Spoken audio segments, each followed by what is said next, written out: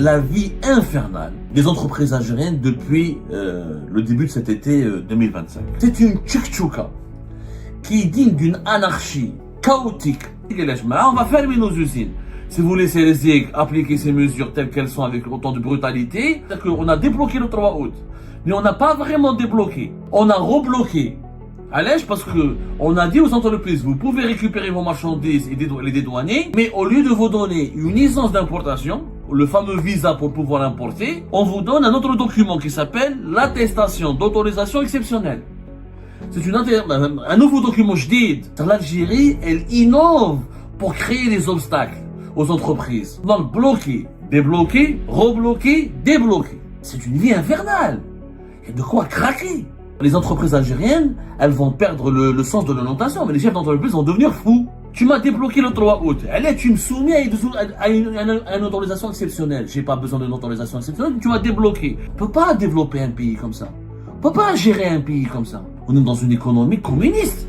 Le communisme, la Chine comme riche. La Corée du Nord, l'économie algérienne, elle est devenue un bazar. On dirait un marché informel de légumes et de fruits. Une anarchie totale. Un pays développé. Au moins, soyez un pays normal. L'histoire que nous allons vous dévoiler aujourd'hui, document à l'appui, décrit la vie infernale des entreprises algériennes depuis le début de cet été 2025. Ce document, le voilà. C'est un document de la Direction générale des douanes algériennes. Modelé d'Amal Jamalk. Haoulek document. Haoulek, je vous l'ai pris en photo. C'est pas aller, hein. Parce que je vous remets. Haoulek document. C'est un document en arabe qui date du 30 août 2025. Adressé à l'ensemble des directeurs régionaux des douanes algériennes, adressé aux responsables des directeurs centraux de la direction des douanes algériennes et l'ensemble des directions, l'ensemble des responsables de toutes les directions centrales, régionales, locales et de plusieurs sections qui relèvent de la direction générale des douanes algériennes. Voilà. هاوليك encore une fois باش ما تقولوش باللي انا راني نكذب عليكم يا جماعه الخير الثقه في الوثيقه. هاو le document sous vos yeux. Ce document il dit quoi? Ce document il date du 30 août. Il explique, voilà ce qu'il dit. Je vous fais un résumé. Suite à la lettre du 7 août 2025 concernant l'autorisation exceptionnelle d'importer certains biens et matières premières nécessaires à la production, des difficultés ont été signalées par les banques au sujet des opérations de domiciliation bancaire. Procédure obligatoire avant de toute importation. Le ministère du Commerce a confirmé que les produits importés dans ce cadre bénéficient d'une autorisation exceptionnelle d'importation. C'est-à-dire qu'ils ont eu une dérogation. Mais très problèmes, écoutez bien, mais des problèmes apparaissent. Certaines banques refusent de domicilier les opérations, invoquant l'absence de licence d'importation préalable.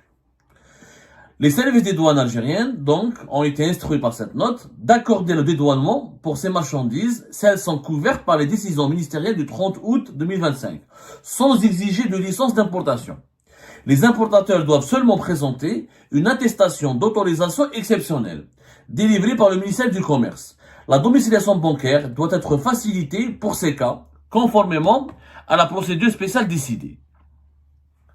C'est une tchouka qui est digne d'une anarchie chaotique, qui est digne d'un enfer administratif, bureaucratique, que l'on ne retrouve que dans les pays les plus fermés, les plus arriérés, les plus archaïques du monde.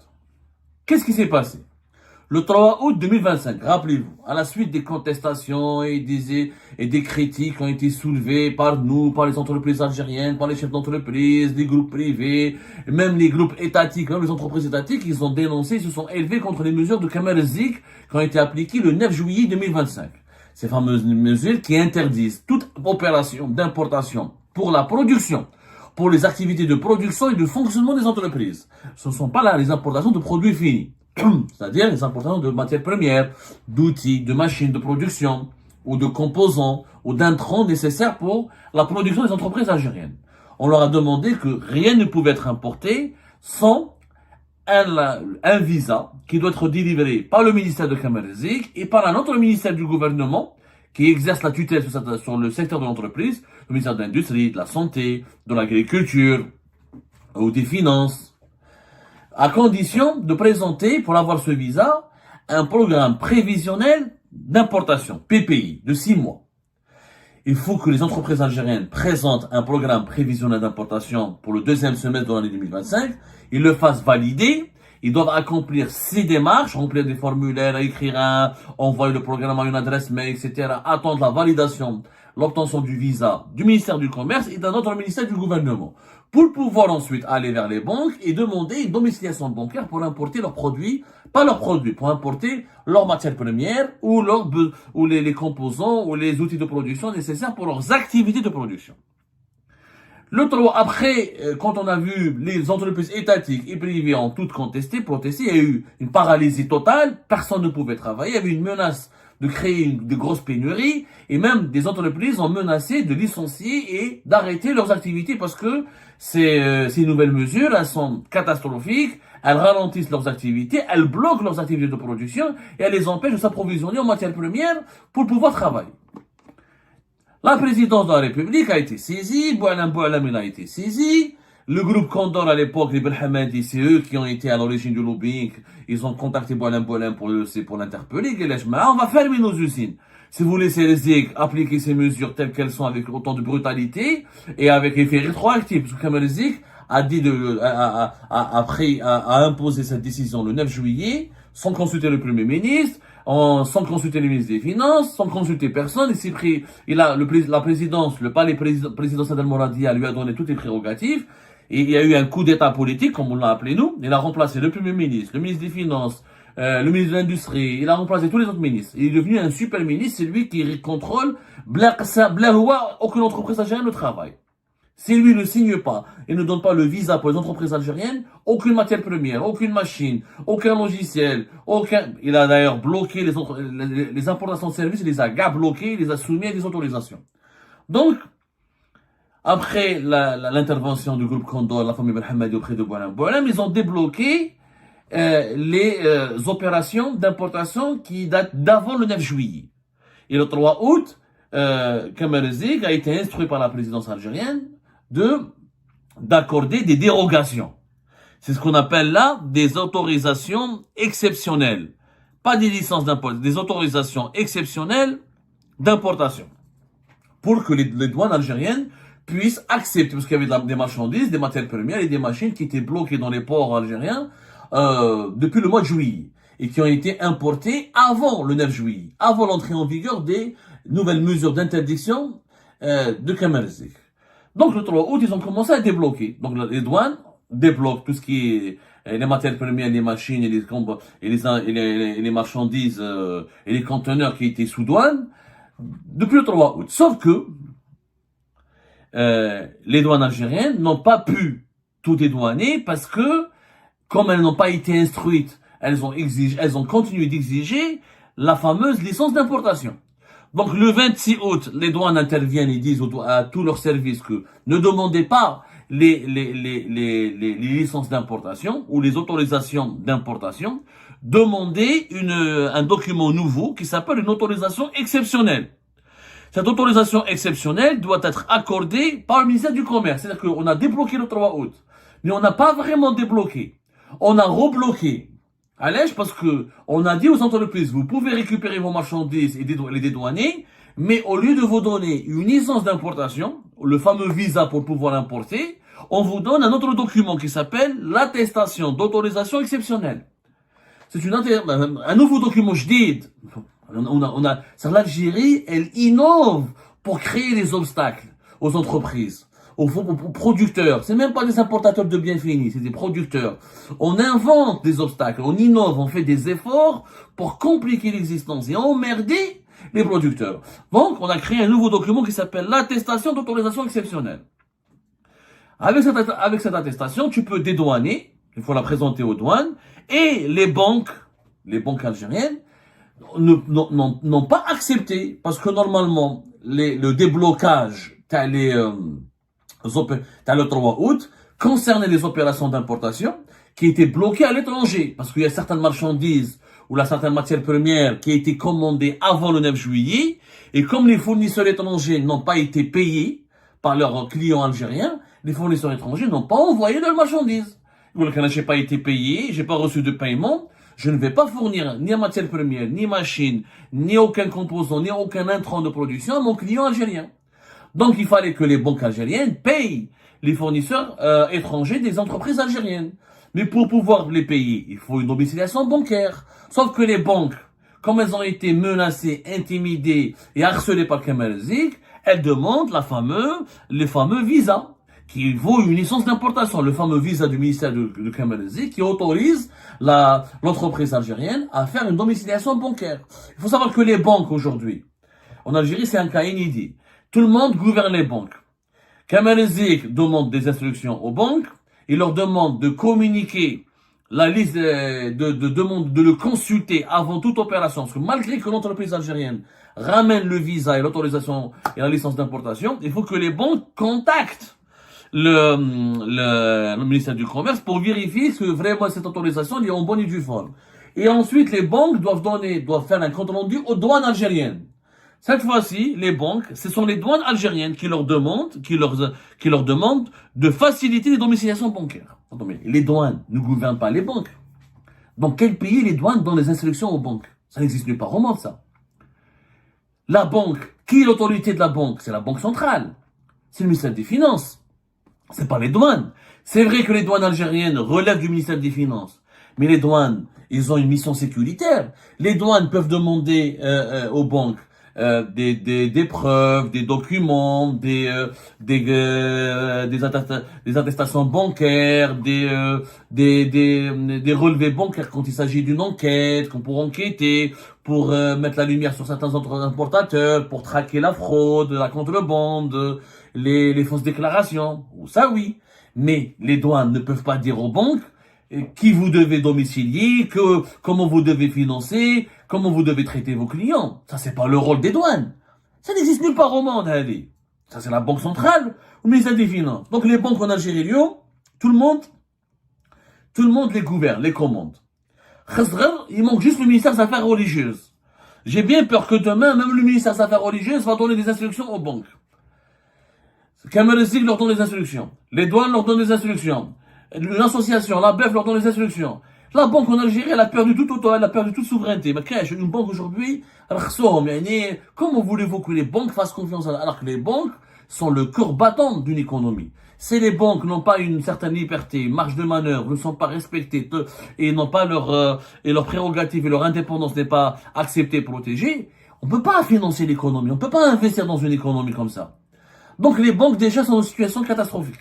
Tout le monde leur donne des instructions aussi contradictoires. Et là, les entreprises algériennes sont dans une vie infernale. On les a bloqués le 9 juillet. On les a débloqués le 3 août et on les a rebloqués après parce qu'on leur a demandé une attestation d'importation exceptionnelle qui doit être délivrée toujours par Kamel Zik.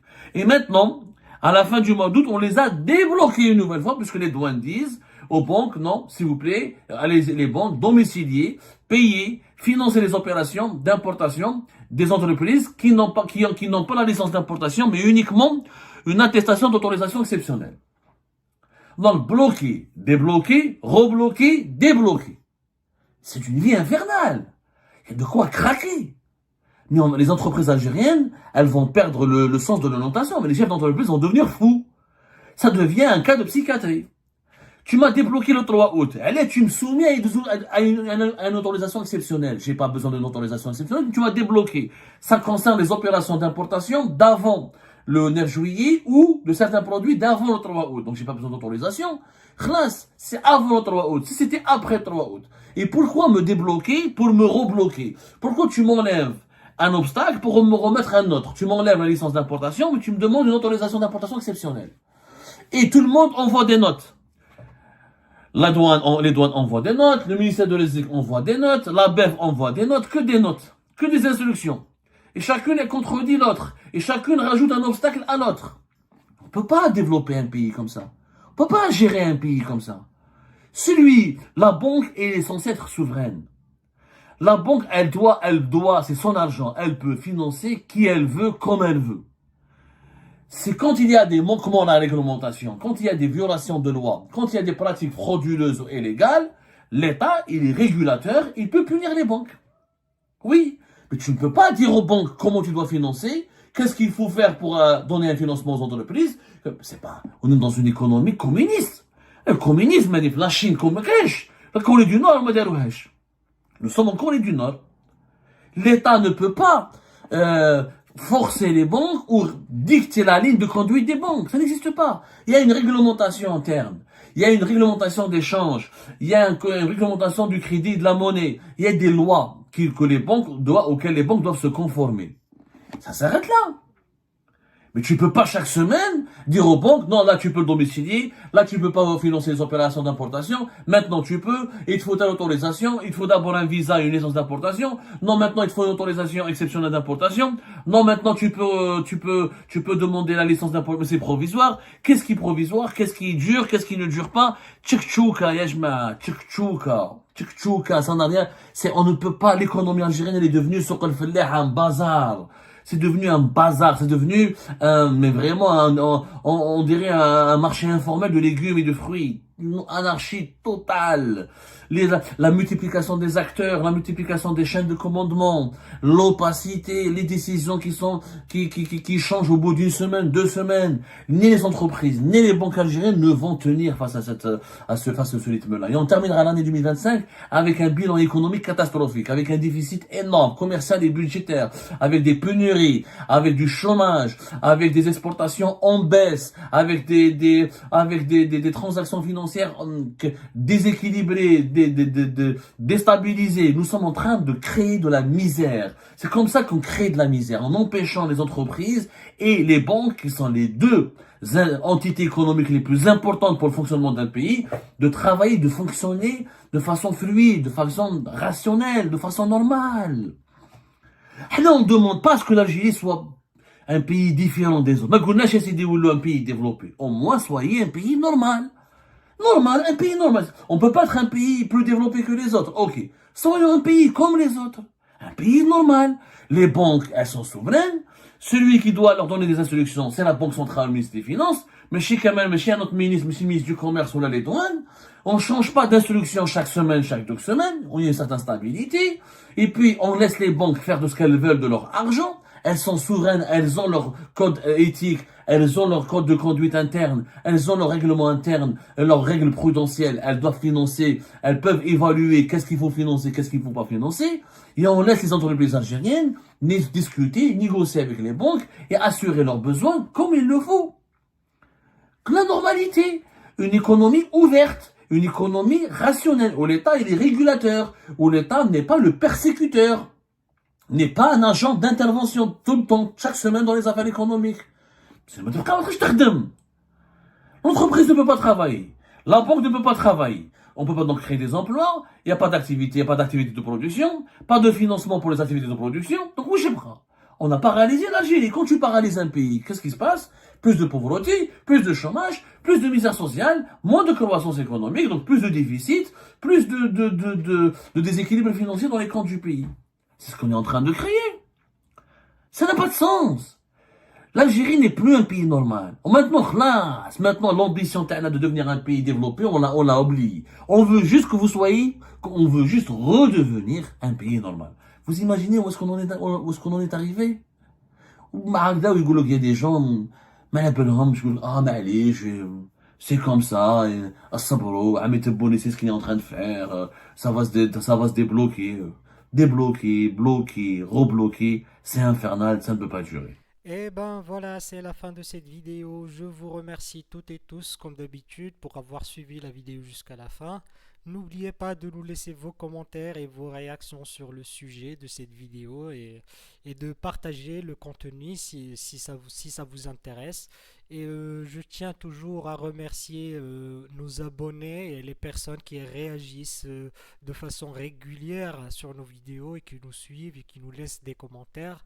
Donc merci beaucoup pour votre dynamisme et pour votre sens de partage et de discussion. Donc voilà, sans vous, ce contenu n'a pas vraiment de valeur sans cette communauté qui ne cesse de s'accroître. Donc merci beaucoup et à la prochaine dans une nouvelle vidéo. Au revoir.